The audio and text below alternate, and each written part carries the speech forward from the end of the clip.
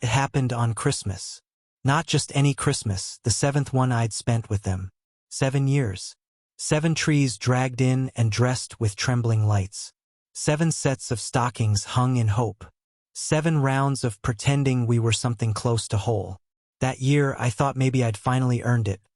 Not love, not praise, just space at the table. Real space. Not tolerated, not endured, but seen. So I cooked. I woke early like I always did.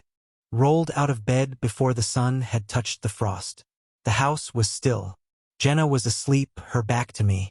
Her kids, were upstairs in their rooms, probably scrolling, texting, breathing in that casual defiance that comes easy when you've never gone without. I took my time with it. Peeled and seasoned the rosemary potatoes by hand, flour under my nails. Mixed the dough for the rolls from scratch, no shortcuts, not today. I basted the turkey 3 separate times, set timers for everything, planned each minute like it mattered. Because it did. I wasn't trying to impress them. I was trying to matter. Dinner was served around 5. Candles on the table. Jenna lit them with that gentle care she keeps for things that break easily. She looked beautiful and tired and far away, the way she always looks when the kids are around.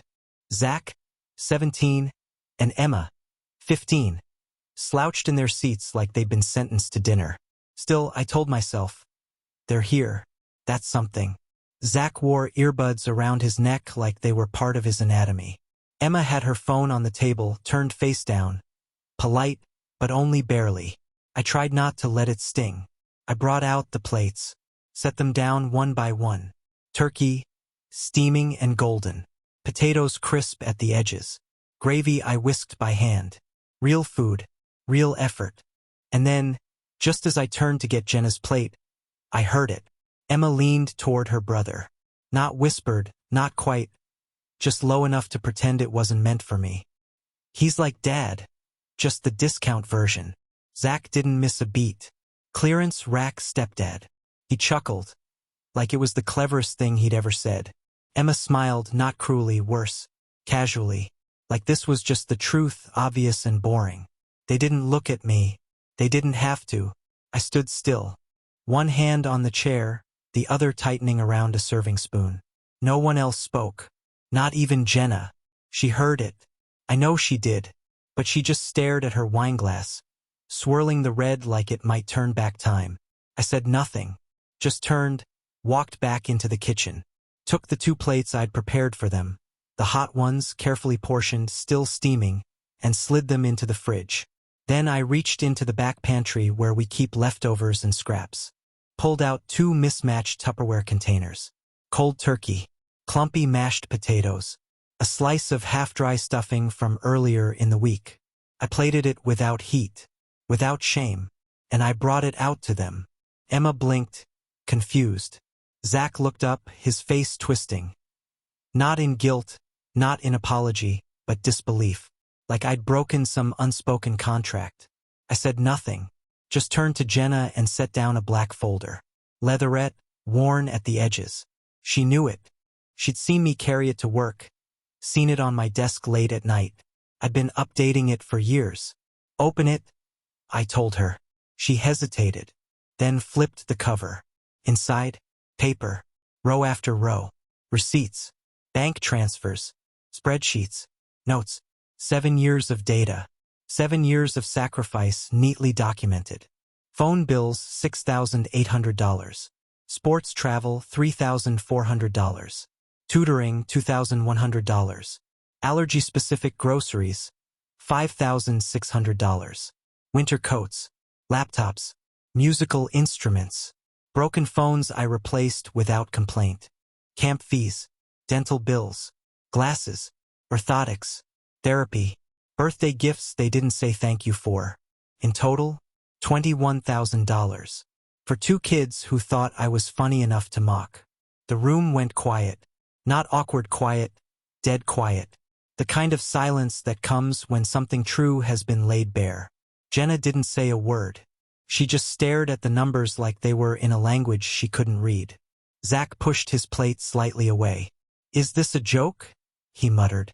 Emma looked down, her face pale, but not sorry. And in that moment, I saw it clearly. None of them had ever really seen me. I wasn't their father. I wasn't even a man. I was a card that paid for things. A background noise. A fixture in the home like the heating, invisible until it broke. I should have seen it sooner. There were signs. All the little signs. I can list them now one by one. The way Emma would say Mom's husband when talking about me at school. The fact that Zach still listed his father's last name on every form, even the ones I filled out. How they never, not once, got me a birthday gift. Not even a $5 mug. Not even a card. How they used the Wi-Fi I paid for to FaceTime the man who skipped child support. How every thank you sounded forced, like it had to be pried from their teeth. How Jenna never corrected them when they spoke over me. How she filled the silences with, "They're just teenagers." As if that explained everything. How I stopped getting hugs by year 3. Stopped getting eye contact by year 4. By year 5 I was something to walk around. But I kept trying. God help me, I kept trying. Because I believed effort mattered. I believed presence meant something. I believed that if I just kept showing up, kept paying, kept helping, kept cooking and fixing and driving, eventually they'd come around. They didn't. They were polite, sure. Sometimes. When it cost them nothing. But real respect, real acceptance, that never came. And Christmas, the sacred, stupid, hopeful illusion of family, was the last place I thought I'd hear the truth so bluntly. Clearance rack stepdad. 7 syllables. That's all it took to tear down what I'd been building for nearly a decade. I looked at Jenna. She was still staring at the folder, her lips pressed into a line. Maybe ashamed, maybe stunned, but not defensive, not protective. And that silence, her silence, told me more than the joke ever did. They weren't alone in thinking it. They just had the nerve to say it out loud. I didn't yell. I didn't storm out. I didn't demand an apology. That would have made it about my feelings. This wasn't about feelings anymore. This was about balance. About boundaries. For 7 years I gave them everything. And in return I was given a seat at the table, and told with a smile that it wasn't really mine. So I served them what they gave me. Cold leftovers. And the bill. Not to shame. Not to punish. But to show them what they'd taken. And what they were about to lose. That Christmas joke was the moment I stopped lying to myself. Stopped hoping. Stopped pretending. Because when Emma opened her mouth and Zach laughed, something ancient inside me finally stood up and walked away. I had spent years dragging my sense of worth behind me like a rusted sled, burdened by hope, loaded with invisible effort, thinking that one day they'd see me. But what they saw that night wasn't a man. It was a placeholder, a discount version. And the worst part? Jenna heard them. She was right there, sitting between the punchline and the silence that followed. She could have said something. Anything. Could have raised an eyebrow. Could have muttered, "That's not funny." Could have reached for my hand under the table. But she just stayed quiet. She didn't laugh. But she didn't stop them. And in that frozen pause I realized, if I didn't draw the line, no one else would. I work in crisis accounting. My whole job revolves around chaos. Financial meltdowns, emotional fog, people making terrible decisions and not understanding why they're drowning. I untangle numbers for a living. I follow the paper when the feelings lie. That folder, the one I dropped on the table between the cranberry sauce and the cold shoulder, wasn't revenge. It was clarity. Because the thing about numbers, they don't care how you feel. They don't flinch. They don't roll their eyes or look away or say, they're just teenagers. They just tell you what's been taken, what's been paid, what's been lost. Let's break it down. Over 7 years, I spent $6,800 covering phones. Not just the devices, but their plans, upgrades, insurance. Every cracked screen. Every international fee from a forgotten setting. Zach once streamed an entire soccer season from Spain. Emma subscribed to 5 streaming services and never watched one. Then there was sports, $3,400. Zach joined a travel team for 2 years. I drove him to meets 3 states away, paid for hotels, uniforms, equipment he forgot to thank me for. Emma had piano lessons she quit after 6 months, but not before I bought the keyboard. Tutoring? $2,100. Zach nearly failed geometry. I found the tutor, paid in cash. Never missed a session. Emma needed help with French, but hated the teacher. I asked if she wanted to switch. She shrugged and said, "Doesn't matter. School's dumb anyway." Allergy-specific groceries? $5,600. Emma had celiac. Jenna tried to manage it, but I ended up doing most of the cooking. Gluten-free this, nut-free that, dairy alternative whatever. I read labels like they were bomb instructions. No one noticed. They just complained when I got the wrong cereal. Add it all up and you get $21,000. That's not including gas. Or birthday dinners. Or the winter jackets I bought every year because they always outgrew them. Or the laptop Zach begged for. Or the therapy sessions Emma asked for and then skipped. $21,000. I put it in a binder with tabs. Labeled every year. Not to punish. Not to keep score. I did it because I believed the numbers would tell a story no one else was willing to hear. And now, finally, it was time to read it aloud. When I told Jenna the total, her face went pale. "You were keeping score?" she asked, barely above a whisper. "No," I said. "I just got tired of being their free ride while getting disrespected." She opened her mouth again, but I cut her off. I wasn't angry. I was empty, like something important had slipped out of me while I wasn't looking. "They don't respect me, Jenna, and you don't stop them. They're kids." "No," I said. "They're people. People who've learned they can take and sneer at the same time." She went quiet then, not because she agreed, but because she had no argument left. So that night I started the process. Phones? Moved to their dad's plan or cut off. I gave Jenna the account info, told her she had a week. She asked if I'd help with the transition. I said no. Streaming services? Locked. New passwords. New rules. Rides? Only for school or emergencies. No more soccer drop-offs. No more last-minute pickups from parties where I wasn't even acknowledged. Financial help? Conditional. Respect first. 30 days minimum. No exceptions. Zach found out when he couldn't text his girlfriend. Emma found out when she couldn't load Netflix. Zach called his father. I heard the conversation through the wall. "He's being a psycho. He just shut everything off." Pause. "Yeah. Told you he'd crack." That confirmed what I already suspected.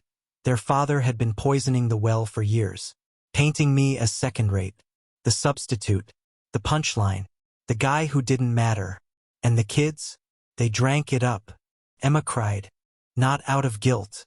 Out of inconvenience. She stormed into the kitchen, tears on her face, voice trembling. "You're punishing us for nothing." Jenna tried to calm her, but I didn't move. I just looked at her and said, "1 week of respect. That's all it takes to earn it back." She stomped out of the room, and then something strange happened. Jenna followed her, but she didn't chase. She didn't smooth things over. For the first time in a long time, she looked her daughter in the eye and said, "You brought this on yourself." That was the moment I knew they heard me. Finally, maybe not with their hearts, but with their wallets. It wasn't about money. It never was. It was about value. About the simple truth that what you don't respect, you lose. I used to think fatherhood was about sacrifice. About pouring yourself out until the glass was dry. But there's a difference between sacrifice and erasure. One is noble. The other is suicide with better PR. I wasn't their dad. And in that house, with the Christmas lights still blinking in the living room, that truth didn't feel like relief. Felt like a sentence. Like being handed someone else's prison and told, "Live here." So I stepped out of the role. I didn't leave the house. Not physically. But I let go of the performance. I stopped auditioning. I stopped pretending. Let their real father handle the expectations now. Let them call him when the service goes down. Let him write the checks and wait for the thanks that never comes. Because I finally understood what they were telling me. I was not part of their story. I was just a footnote. A clearance rack stepdad with a ledger full of losses. The consequences came fast. Faster than I expected. Like a dam breaking, not because of a storm, but because I finally stopped plugging the cracks. 3 days after Christmas, the phone in the hallway stopped ringing. Not metaphorically, literally. Zach came downstairs holding his cell like it was broken. "Did we switch plans or something?" he asked. I didn't look up from my coffee. "No, I canceled yours." He blinked. "What? You're 17. Your dad can cover it now." Emma, across the room, froze. Her phone sat face down beside her. She didn't pick it up for the rest of the night. That was the beginning. Streaming accounts? Passwords changed. The music stopped mid-song one afternoon, and neither of them had the nerve to ask why. The new logins were written in my planner, and I didn't offer them. The following Monday, Emma needed a ride to her friend's house. I was at the sink fixing the disposal. She leaned against the doorway, waiting. I didn't ask where, didn't grab my keys. After a full minute, she said, "Are we going?" I kept tightening the bolt. "No," she scoffed. "Why not?" I straightened up, wiped my hands on a towel, and looked at her for what felt like the first time. "Because I'm not your Uber, and because I don't drive people who call me a joke." She didn't answer, just stood there stunned. Like she'd seen me but hadn't noticed I had eyes of my own. By the end of the week, they were quiet. Not respectful. Not yet, but quiet. And that, oddly enough, hurt more, because it meant they could turn it off. The sarcasm, the slights, the jabs. It had never been involuntary. It was a choice. And now, the moment it cost them something, they chose differently. That silence revealed everything. Zach tried to play it cool, but I caught him stealing glances at the router more than once. When it rebooted during a storm, he didn't ask me to fix it, just hovered, hoping I'd notice. I didn't. Let the internet blink off and stay off for a while. The world didn't end. Emma cried. Once. In her room. I heard it through the wall. Short, sharp sobs. But she didn't come out. Didn't apologize. Not yet. Jenna watched it unfold like someone trapped between tides. Part of her wanted to explain it all away. I saw it in her face. That maternal reflex. Smooth the sharp corners, hold the family together with her bare hands if she had to. But another part of her didn't. She stopped making excuses. Stopped filling the silences. And one night, after Emma stomped up the stairs and slammed her door, Jenna sat beside me on the couch and whispered, "You were right." I didn't reply. I didn't need to, because this wasn't about being right. It was about finally being seen. 2 weeks after the folder, Zach called his father. He did it in the kitchen, phone pressed to his ear, pacing. "I don't know, he just shut everything off," he said, voice low but sharp. "No phones, no rides, nothing." A pause. "Yeah, told you he'd crack." That sentence. That one. It clung to the air like smoke. Told you he'd crack. So this had been a game. A long, silent dare. Push him far enough, he'll snap. Bet you anything. Their father, the man who vanished half the year, who sent birthday cards without signing them, had been poisoning them from afar. Feeding them this version of me, the overeager substitute. The knockoff. The man who bought their affection in installments. And I played right into it. But not anymore. That night, I went into my office and canceled the backup laptop I'd planned to gift Zach for college apps. It was already in the cart, already selected, already wrapped in the shadow of hope. I clicked remove without blinking. If I was just a wallet, then the wallet was closed. Emma's outburst came next. She waited until Jenna came home from work, then exploded in the kitchen. "This is insane," she screamed. "He's punishing us for being kids. For a joke." Jenna didn't flinch. She leaned against the counter and said, "It wasn't a joke." Emma's voice cracked. "I didn't mean it like that." "Yes, you did," Jenna said. Calm, cold, honest. And then, "You brought this on yourself." I heard it from the hallway. I didn't step in. I didn't need to. For the first time in 7 years, Jenna stood between me and the fallout. Not to shield them, but to carry her part of it. That night, she sat beside me in bed and said, "I'm sorry." I looked at her. Really looked. For what? For letting it get this far. I nodded. Me too. We didn't touch. We didn't cry. There was nothing romantic about it. It was just true. The next morning, something shifted. Zach offered to help bring groceries in from the car. No smirk, no sigh. Just opened the trunk, grabbed 2 bags, and set them on the counter. Emma said thank you after I refilled the printer ink. It wasn't a miracle, but it was movement. And movement, even small, matters when you've been standing in the same place for years. Still, I didn't lift the boundaries. That was the rule. 30 days of respect. Then we talk. They didn't make it 30. On day 16, Jenna got a call from her ex-speakerphone. We were in the car, headed home from a late dinner. He asked something about splitting costs for Zach's senior trip. Then, casually, he threw in a jab. I mean, I guess your little accountant can cover it. If he's not still pouting. Jenna didn't even glance at me. She just said, if you can't respect him, don't call. And then she hung up. Silence filled the car. But this time it didn't hurt. It healed. 3 days later, Emma left a card on my desk. Handwritten. No envelope. On the front, a sketch of a man holding a plate. Inside 2 words. Thank you. And underneath that, in smaller letters, for staying. I read it twice, then left it on the shelf beside the folder. Zach came downstairs later that evening. Leaned against the wall like it wasn't a big deal. Said, I was thinking of getting a part-time job. I nodded. He didn't ask for permission. Didn't ask for praise. Just let it land. Then, maybe I can help with the internet bill. Small voice, but steady. I didn't smile. But inside me, something long frozen shifted. Because it wasn't just the numbers changing. It was the tone, the posture, the shape of the silence. Respect isn't loud. It doesn't knock down doors. It doesn't cry or demand or break plates. It's quiet. It's consistent. It shows up in the little things and stays there. I knew better than to believe this was the end of the story. Kids don't flip overnight. Neither do people. They backslide. They test. They ask if the boundaries are still there. But now they know. Yes, they are. And the man they mocked for trying too hard? He's not trying anymore. He's simply living on his terms. If they want to join him, they'll have to do it with respect. With effort. With truth. Because the wallet's closed. But the door is cracked. Just enough for someone honest to walk through. 3 months passed. Not all at once.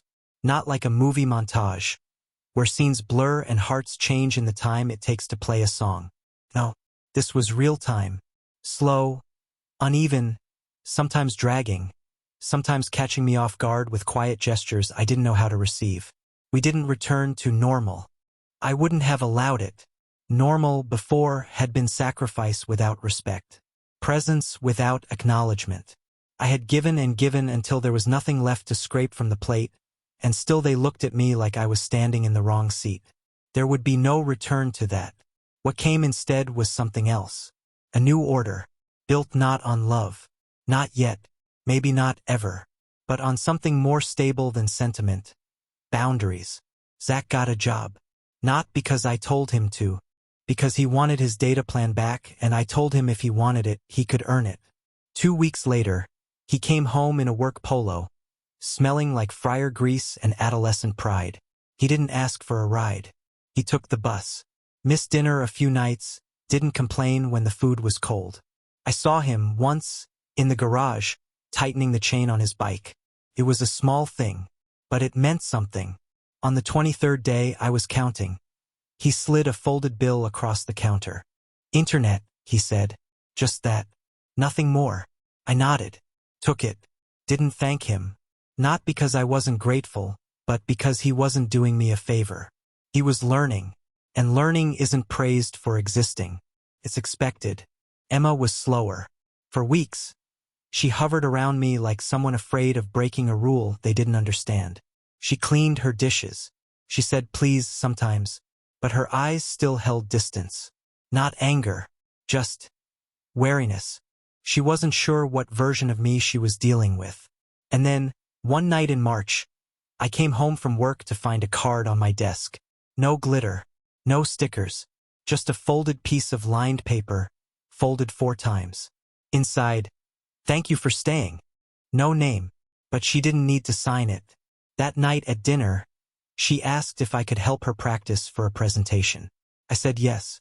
She read nervously from her notes while I timed her and corrected her posture. When she fumbled, I asked her to start again. She didn't roll her eyes, didn't groan. She nodded and tried again. Small things, quiet things, but after years of being invisible, even a whisper felt like thunder. Jenna changed too. Not suddenly, not perfectly, but perceptibly. She no longer filled the silences with apologies. No longer translated my words like I was speaking a foreign language only she could decode. When Zach interrupted me, she raised an eyebrow before I had to. When Emma tested the waters with sarcasm, Jenna answered with a flat, "Try again." And the man who once called himself their father, he stopped calling. After Jenna hung up on him, the night he made that comment about me, pouting, he tried once more. Texted her asking if we could all just move on. She showed me the message. "What do you want to do?" she asked. I told her, "That's your decision. But if he disrespects me again, I will block him myself." She nodded. And then she did it. No announcement. No drama. Just a quiet decision that echoed louder than any argument we'd ever had. That was new. Respect isn't just what you demand. It's what others defend in your absence. I saw it in Jenna's actions now. In the way she didn't ask me to drop everything and drive Zach when he missed the bus. In the way she didn't pass me her phone when Emma wanted to talk about a school trip. They started going through her. Not around me, not above me, through her. As if I were no longer optional. And that shift, slow, steady, became the foundation of something different. I still cooked dinner most nights. Old habits die hard. But I stopped plating it for them. I served the food. Set it on the counter. If they wanted it, they could serve themselves. No thanks? No problem. But the food wouldn't be hot the next time. Respect became the cost of convenience. Not punishment. Just math. One morning, Zach knocked on my door. It was early, too early for him to be awake unless he needed something. "I've got SATs next week," he said. "Do you mind driving me? Bus doesn't run early enough." I looked up from my coffee. "What time?" 6:30. I sipped, waited, watched him squirm. Then, "Please." That was enough. "All right," I said. "But you're buying me coffee." He smiled. A real one. Brief. Tired. But real. "I can do that." And he did. Emma surprised me in April. She had a project due, a video montage for her art class. She asked if I had any old family photos. "Like us," she said. "From years back." I almost told her we didn't have any. But I found one. Christmas, 4 years ago. Zach holding a toy drone. Emma with frosting on her nose. Jenna mid-laugh. Me behind them, barely in frame, holding the carving knife. I scanned it, printed it, handed it to her. She stared at it for a long time. "You were always there," she said. I didn't answer. She already knew. The day the presentation aired, Jenna sent me the link. I watched it on my lunch break. Halfway through, a photo faded in, that same Christmas shot. A caption underneath. "Family isn't who you're born to, it's who stays." She never said it was about me. She didn't have to. By the end of April, the 30-day clock had long since passed. But I hadn't lifted the restrictions. Not fully. I wasn't punishing them. I was just waiting, watching, making sure it wasn't just regret, that it was growth. Then came Easter. We don't make a big deal of it. A meal. Some sweets. That year I cooked lamb. Jenna made lemon bars. The kids helped set the table. No one complained about the centerpiece. After dinner, Emma handed me an envelope. Nothing fancy. Just plain white, folded once. Inside was a note. "You didn't have to stay, but you did. And I hope one day we're worth that." I read it 3 times. Folded it slowly. Put it in the same folder as the receipts. Not because I wanted to keep score, but because I needed to remember that sometimes, even after years of silence, the math changes. Zach came up behind me while I was washing dishes. "I can cover my own phone now," he said. You can take me off your plan. I dried my hands. You sure? He nodded. Yeah, I mean, it was never yours to pay for anyway. He hesitated. Then, I'm sorry. I turned toward him. Really looked. He meant it. It wasn't a grand moment. No music swelled. No hugs. Just two people finally recognizing each other. It's all right, I said. Just don't forget it. He nodded. I won't. I think he meant it. There were still rough days. Times they slipped. Times I did. But now, when it happened, there was correction. A new tone. A mutual recognition that we were building something. Not fixing the past, but constructing the future plank by plank. Jenna stopped asking me to do things for her. She started saying, if you want to help, we'd appreciate it. Subtle but different. One night, she curled into me in bed and said, I'm proud of how you handled it. I didn't reply. I just held her hand. Because the truth is, I didn't handle it well. I handled it honestly. And sometimes honesty looks like cruelty, until you realize it was the only language anyone could hear. That Christmas, I served cold leftovers. Not out of spite, but because I needed them to taste the chill of contempt. The one I'd been swallowing for years. And that folder? It wasn't a threat. It was a mirror, held up to a family that had mistaken love for servitude. Now, months later, I don't regret that night. I don't regret the silence that followed, or the storm, or the boundaries, because that was the reset. The line drawn in thick black ink. The night I stopped being a clearance rack stepdad and started being a man who knew what he was worth.